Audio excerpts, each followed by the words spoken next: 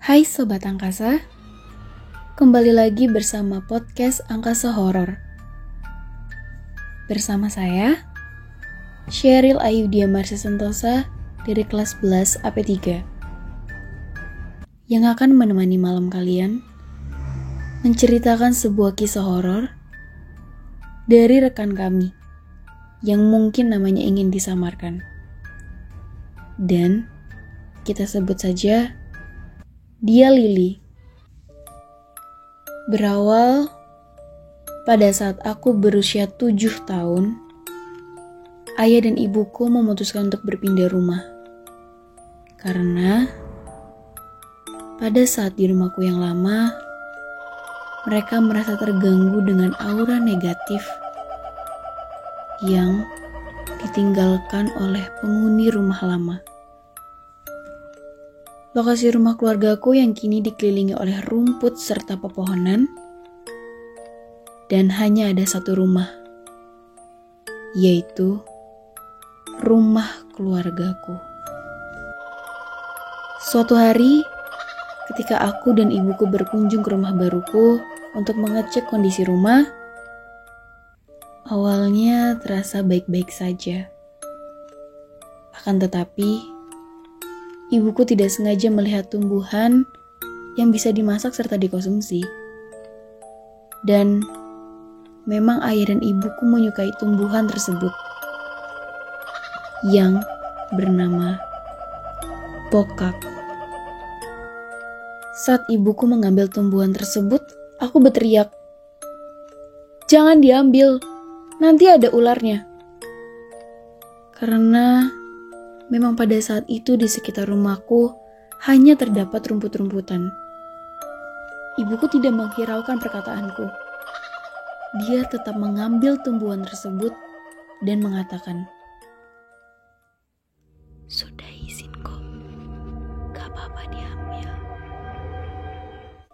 Aku pun membiarkan ibuku mengambil tumbuhan tersebut.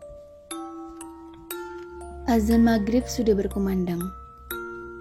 Saatnya aku dan ibuku kembali ke rumahku yang lama. Tidak terjadi hal aneh sedikit pun. Akan tetapi, saat seluruh anggota keluargaku mulai terlelap dari tidurnya, ibuku berkata bahwa semalam aku mengigau dan berteriak, "Jangan dekati keluargaku. Pergi. Jangan ganggu ibuku." Ternyata ibu dan ayahku juga bermimpi didatangi sesosok laki-laki hitam yang ternyata penghuni tanah di sebelah rumah baruku. Beberapa bulan kemudian, saat keluargaku mulai menempati rumah tersebut, aku sering merasa terganggu dengan sesosok yang sering bermunculan di hadapanku. Dan saat itu, sudah ada beberapa rumah orang lain yang dibangun di sekitar rumahku. Pada suatu ketika, saat ayahku bekerja, ibuku menjemput kakakku yang sedang melaksanakan bimbingan belajar. Dan aku yang berada di rumah sendirian. Saat itu, aku tidak berani di dalam rumah sendirian. Aku pun memutuskan untuk pergi ke rumah tetangga depan rumah yang kebetulan rumah teman ngajiku. Hari semakin gelap. Ibuku tak kunjung pulang. Akhirnya, aku menunggu di teras depan rumah temanku sembari melihat kondisi rumahku yang masih gelap karena lampu yang belum dinyalakan. Aku melihat jendela kamarku yang pada saat itu belum tertutup gorden, dan hanya terlihat lampu ruang tengah yang menyala.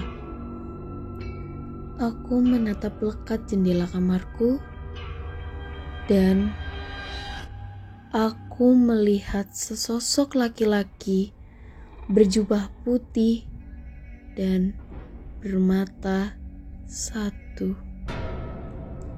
Aku berusaha untuk memastikan apakah itu benar atau hanya salah lihat.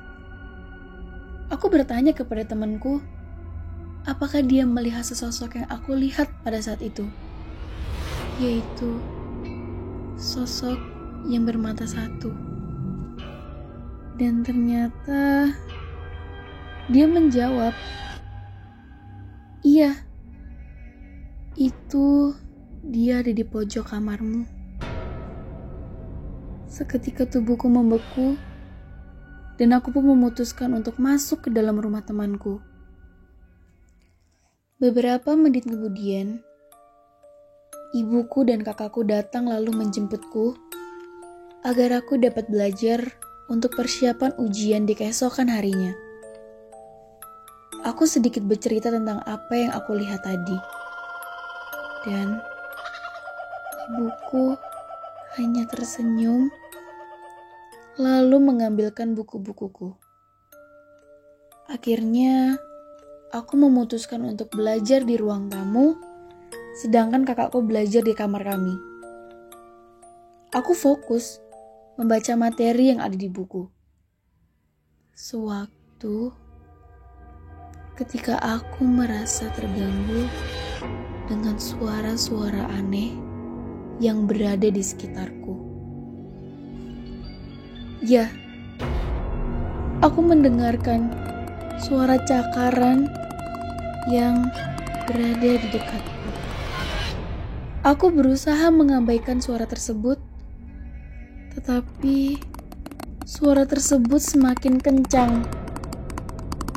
Aku memanggil ibu dan kakakku, dan tidak ada jawaban apapun. Aku memutuskan untuk pindah ke kamar. Aku merapikan meja. Aku mengambil beberapa makanan dan susu hangat yang tadi sudah dibuatkan ibu. Aku meletakkan susu di atas meja belajarku, lalu aku pergi ke kamar mandi untuk buang air kecil. Saat aku kembali dari kamar mandi, aku melihat meja belajarku yang bergetar kencang, sehingga susu yang aku ambil tadi tumpah-tumpah. Aku merasa ketakutan, dan aku pun berteriak sembari menangis. Ibuku menghampiriku dan bertanya kepada kakakku, "Ada apa? Habis berantem?" Kakakku diam, dan dia merasa kebingungan. Karena aku tiba-tiba menangis ketakutan, aku menceritakan hal tersebut sambil sesegukan. Ada beberapa tetangga yang datang ke rumahku. Dan ternyata, ibuku melupakan sesuatu. Sebuah 5 kertas gulung dengan plester hitam yang diberikan oleh juru kunci di daerah ini. Celakanya, ibuku lupa menaruhnya di mana.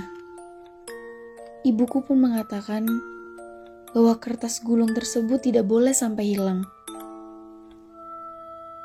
Setelah kejadian tersebut, aku kembali belajar ditemani ibuku. Setelah aku belajar, ibuku bercerita bahwa tanah yang dibangun di bawah rumah keluargaku ini memiliki sumur yang dijadikan tempat pembuangan mayat yang dimutilasi. Lebih tepatnya, di perkarangan belakang rumah yang dijadikan kebun oleh ayahku. Seiring berjalannya waktu, aku mulai terbiasa dengan suasana di rumah ini. Ternyata, sosok laki-laki berjubah putih dan bermata satu menepati kamarku dan kamar kakakku. Aku pun menyebutnya si mata satu, yang sekarang menjadi temanku. Dia jahil Dia suka menolong, baik hati. Dia sering sekali mengganggu keluargaku. Entah barang yang tiba-tiba hilang, atau panci yang tiba-tiba jatuh. Kami semua tidak heran bahwa hal tersebut bisa terjadi. Karena kami tahu ada sosok jahil yang menjadi temanku. Aku bermain dengannya, bercerita kepadanya, dan aku tidur pun ditemani dengan dirinya.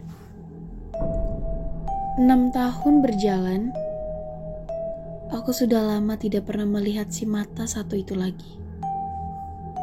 Kemana dia? Mengapa tidak berpamitan kepadaku? Bukannya kami teman? Atau hanya aku saja yang menganggapnya teman? Aku pun bertanya-tanya pada diriku sendiri. Apa aku membuatnya tersinggung, sehingga ia tidak nyaman di sekitarku? Dan ternyata dia pergi karena keluarga ibuku melarangnya untuk tetap di sekitarku. Ibuku takut aku terpengaruh ajakan si mata satu untuk mengikuti dunianya. Hingga aku berusia 16 tahun, aku tidak bertemu dengan si mata satu lagi. Terima kasih Sobat Angkasa yang sudah mendengarkan cerita malam ini dari Lily, anak berusia 7 tahun yang ditemani oleh sosok berjubah putih dan bermata satu.